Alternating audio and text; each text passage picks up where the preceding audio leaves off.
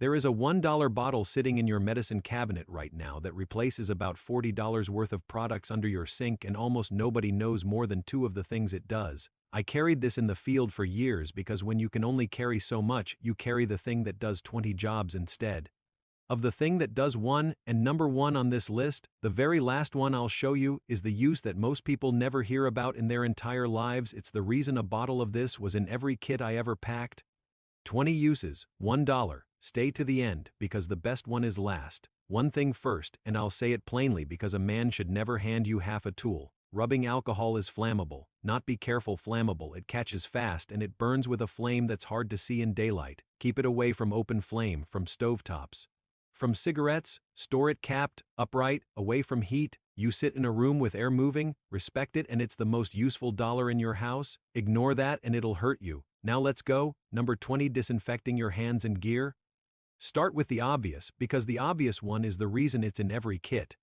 70% isopropyl kills the vast majority of what's on your hands, your knife, your tools, your work surfaces, and here's the thing most people get backwards. 70% works better than 99% for killing germs. Sounds wrong, doesn't it? Higher must be stronger, but it isn't. The water in the 70% version is what lets the alcohol soak into the cell and actually kill it. The 99% evaporates too fast and just flash dries on the surface. So for disinfecting, you want the 70%, save the 99% for electronics, where you want it to evaporate fast and leave nothing behind. That one detail will save you money for the rest of your life. Number 19, cleaning electronics without killing them. 99% isopropyl is what you clean circuit boards with, and it's what I'd use on anything with a chip in it.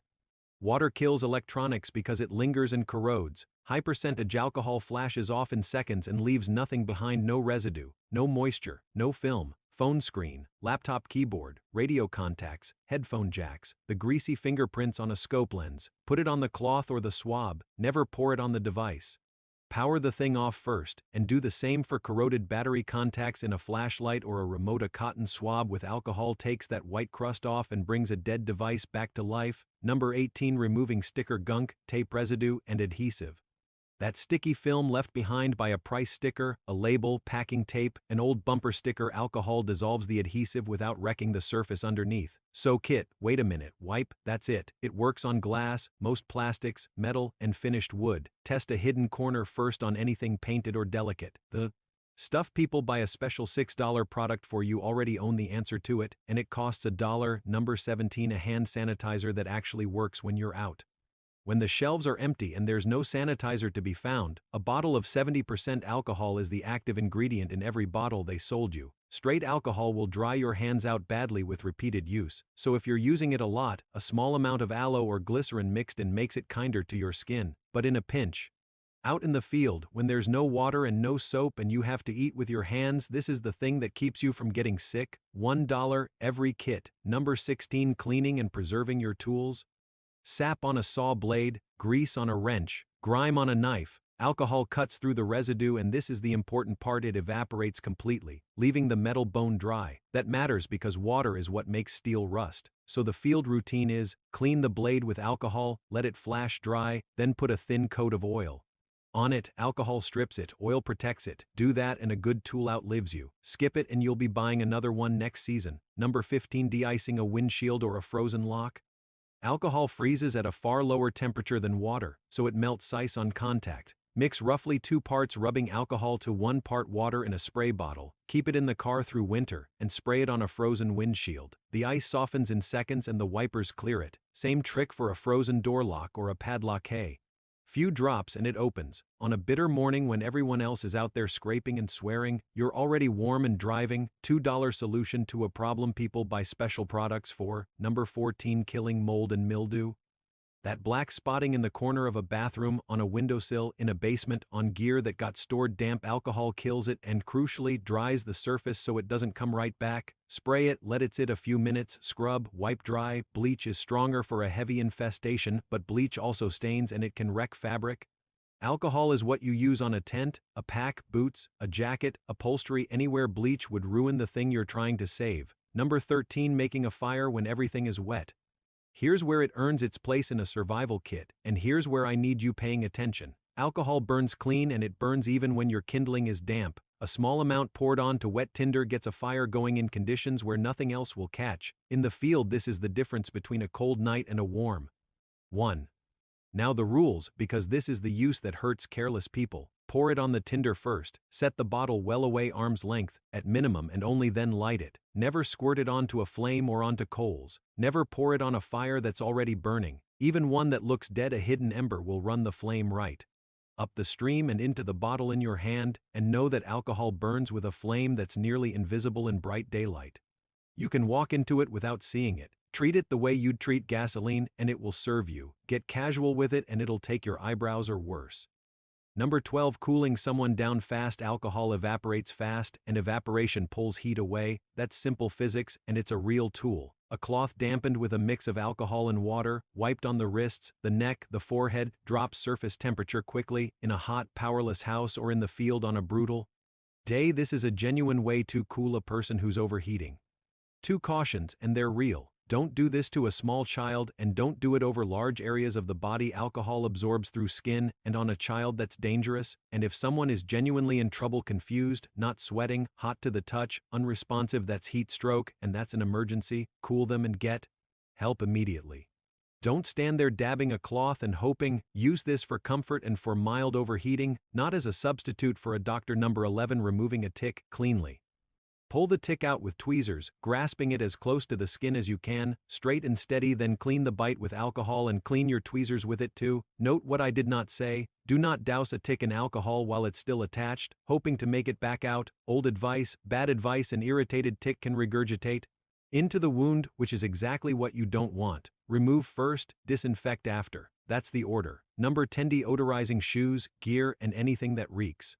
Smell is bacteria. Alcohol kills bacteria and then evaporates without leaving a wet, moldy mess behind. Spray the inside of boots and let them dry. Same for a pack, a helmet liner, gloves, a sleeping bag that spent too long stuffed in a stuffed sack. It's not covering the smell like a perfume does, it's killing the thing that makes the smell. That's why it actually works when the sprays don't. Number 9. A stain remover that beats most of what's sold. Ink, marker, grass stains, some grease. Alcohol lifts them. Blot from the outside of the stain inward so you don't spread it. Work it in, blot with a clean cloth, repeat, then wash normally. Test on a hidden seam first because it can affect some dyes. But for a pen that exploded in a shirt pocket, this dollar bottle will save a shirt that a laundry room full of products won't touch. Number 8. Cleaning glass and mirrors streak-free. Cut it with water, put it in a spray bottle, wipe with a microfiber cloth.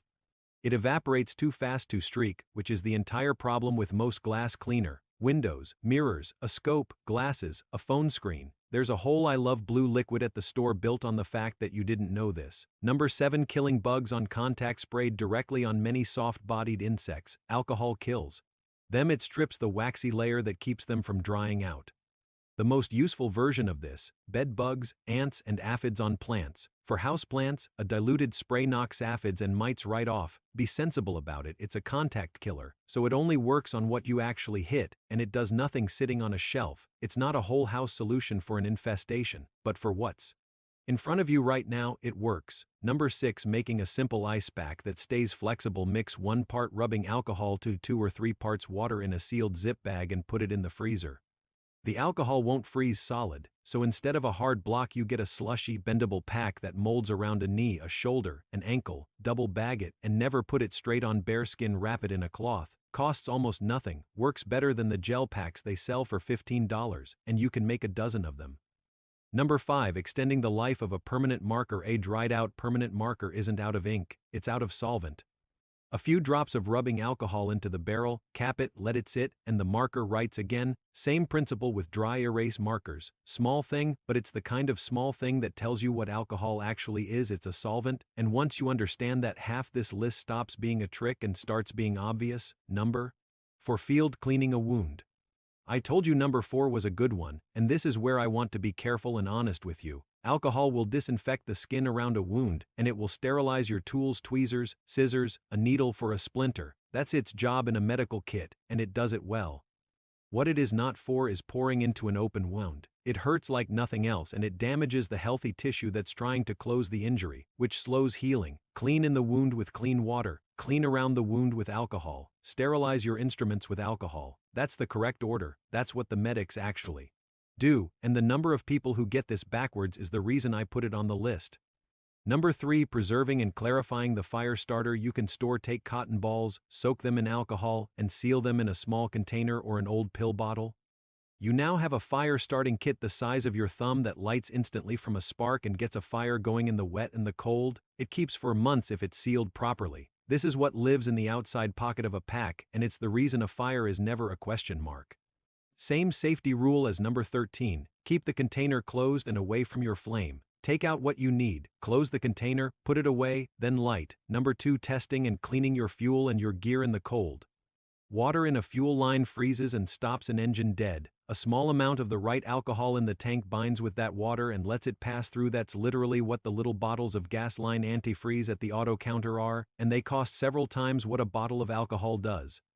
Now, honesty. For a modern vehicle, by the product made for it, the formulation matters, and you don't want to guess with a fuel system. But understanding what's in the bottle is how you stop getting sold the same thing at 4 times the price for the rest of your life. That principle, knowing what's actually in the product, is the whole point of this video. Number 1. It doesn't expire, and it makes everything else last. Here it is, the one nobody talks about: rubbing alcohol, stored properly, capped, cool, out of the sun, is stable for years. It doesn't rot, it doesn't spoil, it doesn't grow anything, and that means it is one of the very few items in your whole preparedness kit that will still be exactly as useful in 5 years as it is today. Think about what that means when you stack it against everything else on the shelf. Your batteries die, your food expires, your medicine loses potency, your fuel goes stale and gums up an engine, but a sealed bottle of alcohol sits there, quietly, doing nothing, costing you nothing, and on the day you need it, it disinfects, it starts your fire, it cleans your gear, it cools a fever, it saves the tool, it melts the ice, and it does 19 other jobs you now know about. That is why it was in every kit I ever packed. Not because it's the strongest thing you can carry, because it is the thing that does the most for the least, and it never lets you down by going bad while you weren't looking. $1, no expiration, 20 jobs. Buy 3 bottles, put 1 in the house, 1 in the vehicle, 1 with your gear. You will never regret it, and you'll never have to think about it again. 20 uses, $1, and every single one of them is sitting on the shelf at the store you'll drive past this week. Look at what that bottle replaces: the sanitizer, the glass cleaner, the adhesive remover, the de-icer, the fire starter, the ice pack, the electronics cleaner, the deodorizer, the stain remover. That's a cabinet full of products, each one sold to you separately, each one with its own bottle and its own price tag and its own aisle. And it was $1 all along. Nobody is going to tell you that. There's no money in telling you that. So here's what I want you to do. Go look in your cabinet tonight and find the bottle you already own. Then tell me down in the comments, how many of these 20 did you already know? Be honest, I read them, and I want to know how many of us were never taught what we were holding. And if you've got a 21st use I didn't cover, put it below the best knowledge, and this always comes from people who've actually had to use it. If this gave you something worth having, subscribe and stand with the people digging the old skills back up, because next time I'm showing you the 7 things already sitting in your garage that become critical the day the grid goes down. You own all 7, you just don't know what they're for yet.